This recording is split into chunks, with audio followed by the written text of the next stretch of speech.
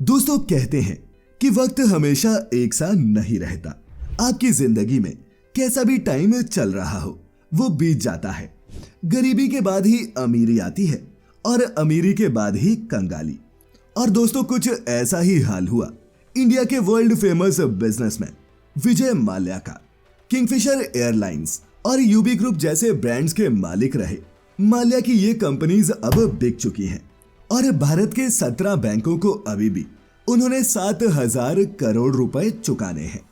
लेकिन दोस्तों सवाल यहाँ ये उठता है कि आखिर खरबपति विजय माल्या ने ऐसा क्या किया कि वो एक जाने माने रईस से कंगाल हो गए। जानेंगे इस पूरी कहानी को आज की इस इंटरेस्टिंग वीडियो में।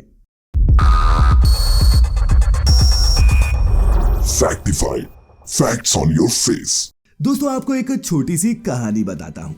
दरअसल बात 1988 की है जब भारत की इकोनॉमी लिबरल नहीं हुई थी। उस वक्त किसी इंडियन कंपनी द्वारा किसी विदेशी कंपनी के अधिग्रहण करने को बहुत बड़ी बात समझा जाता था। तभी 33 साल के एक भारतीय सीईओ ने 1760 से चली आ रही अंग्रेज कंपनी बर्जर पेंट्स के अधिग्रहण की घोषणा कर दी और इस खबर ने दुनिया को हिलाकर रख दिया। लेकिन इसके बाद जो हुआ वो एकदम अनोखा था। लंदन में की गई इस अनाउंसमेंट के बाद यूबी ग्रुप के तत्कालीन सीएफओ नरेश मल्होत्रा के पास एक फोन आया और दूसरी ओर से आवाज आई कि हमने कंपनी तो खरीद ली है, अब जाकर इसके लिए पैसों का भी जुगाड़ करो। कॉन्फिडेंस से भरी ये आवाज थी विजय माल्या की। और विजय माल्या की ही लाइफ से आप सीख सकते हैं कि फाइनेंशियल मैनेजमेंट कितनी इंपॉर्टेंट है।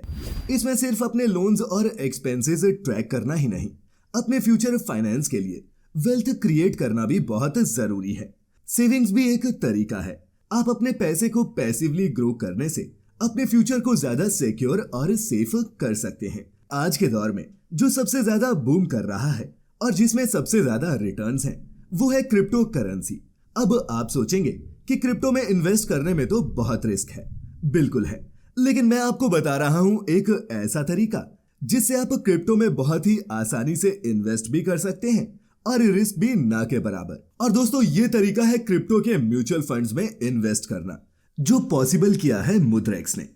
मुद्रेक्स एक क्रिप्टो इन्वेस्टमेंट प्लेटफॉर्म है जो बनाता है crypto coin sets, crypto baskets और क्यूरेटेड पोर्टफोलियोज, जो होते हैं बिल्कुल म्यूचुअल फंड जैसे, जो गारंटीड रिटर्न्स और लॉन्ग टर्म वेल्थ क्रिएशन के लिए बहुत अच्छे ऑप्शन हैं। इनके मेजॉरिटी कॉइन सेट्स ने पिछले एक साल में बहुत अच्छे रिटर्न्स भी दिए हैं और इनके 2 लाख से भी ज्यादा कस्टमर्स और 24/7 कस्टमर सपोर्ट भी है। बस शुरू करने के लिए आपको एक सिंपल केवाईसी प्रोसीजर कंप्लीट करना है। So hurry up and start your smart and systematic crypto investment now. दोस्तों विजय माल्या को विरासत में 300 करोड़ की कंपनी मिली थी। 1999 में शराब की दुनिया में घुसते हुए उन्होंने किंगफिशर स्ट्रॉन्ग बियर लॉन्च की, जिसने इंडिया में बियर इंडस्ट्री में मानो क्रांति ही ला दी। आज भी ये सबसे ज्यादा बिकने वाली बियर है। फिर साल 2005 में विजय माल्या ने किंगफिशर एयरलाइंस लॉन्च की और ऐसा करके उन्होंने अपने बेटे सिद्धार्थ को उसके 18वें जन्मदिन का तोहफा दिया। एयरलाइंस लॉन्च करने के बाद उन्होंने शराब कंपनी शॉ वैलेंस डिस्टिलरी को भी खरीद लिया, जिससे उन्हें रॉयल चैलेंज जैसे विस्की ब्रांड मिल गए।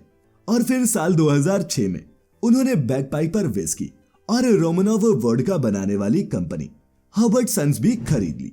फिर 2007 में माल्या ने स्पोर्ट्स में कदम रखा और F1 टीम स्पाइकर खरीद ली, जिसका नाम बदलकर फोर्स इंडिया रख दिया गया। इसके बाद 2008 में माल्या ने क्रिकेट में एंट्री करते हुए $111.6 मिलियन यानी कि करीब 7.49 अरब रुपए में IPL team royal Challengers Bangalore को खरीद लिया। हालांकि अगर शराब के बिजनेस को छोड़ दें तो उन्हें कहीं भी और कभी मुनाफा नहीं हुआ। साल 2005 में जब विजय माल्या ने किंगफिशर एयरलाइंस को लॉन्च किया था तो उस वक्त उन्हें कंपनी के सीएफओ और बोर्ड द्वारा मना भी किया गया था। उस वक्त सरकारी कंपनीज को छोड़कर विमान चलाने वाली इक्का दुक्का कंपनीज ही मुनाफा कमा रही थी।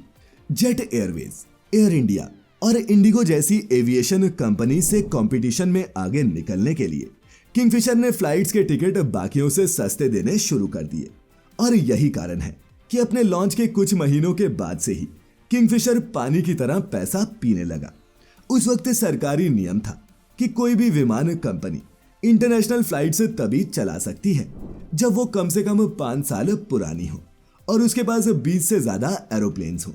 माल्या ने इस नियम पर खरा उतरने के लिए संकट में घिरी एयर डेक्कन को खरीद लिया। 9 महीने बाद 2008 में किंगफिशर की पहली इंटरनेशनल फ्लाइट उड़ी, लेकिन एयर डेक्कन पहले से ही घाटे में चल रही थी और किंगफिशर को फायदा तो वैसे ही नहीं हो रहा था। इसीलिए 2008 में दोनों कंपनीज को मिलकर 1602 करोड़ का घाटा हुआ, क्योंकि उनके बारे में तो यही कहा जाता था कि वो एक बार जो सोच लेते हैं वो वही करते हैं। और दोस्तों, विजय माल्या सिर्फ बिजनेस में ही नहीं लगे थे, बल्कि वो इस दौरान राजनीतिक जान पहचान बढ़ाने में भी लगे थे। इसका फायदा उन्हें 2002 में मिला, जब माल्या को राज्यसभा के लिए मनोनीत किया गया। राजनीतिक जान पहचान और एक बड़े बिजनेसमैन होने का उन्हें बहुत बड़ा फायदा मिला। जब उनकी किंगफिशर एयरलाइंस घाटे में चल रही थी तो उन्होंने अपनी निजी गारंटी पर बैंकों से लोन लिए और अपनी इस एयरलाइंस में जमकर पैसा फूका। इस दौरान उन्होंने 17 बैंक से 7,000 करोड़ का लोन लिया। इतना ही नहीं, उन्होंने अपनी बाकी की कंपनीज में हिस्सेदारी के नाम पर भी खूब पैसे लिए और एयरलाइंस को जीवित करने में लगे रहे। मतलब कि बाकी की कंपनीज का मुनाफा उन कंपनीज में ना लगाकर उन्होंने किंगफिशर एयरलाइंस में लगा दिया और इस दौरान किंगफिशर एयरलाइंस का घाटा 4,301 करोड़ रुपए पर पहुंच चुका था। फिर अक्टूबर 2012 में किंगफिशर एयरलाइंस की सर्विस को बंद कर दिया गया और फरवरी 2013 में उसका लाइसेंस रद्द कर दिया गया। बढ़ते दबाव के बीच विजय माल्या मार्च 2016 में भारत से ही फरार हो गए और तब से उन्हें भारत लाने की कोशिशें चल रही हैं। तो दोस्तों, ये थी कहानी विजय माल्या के पतन की।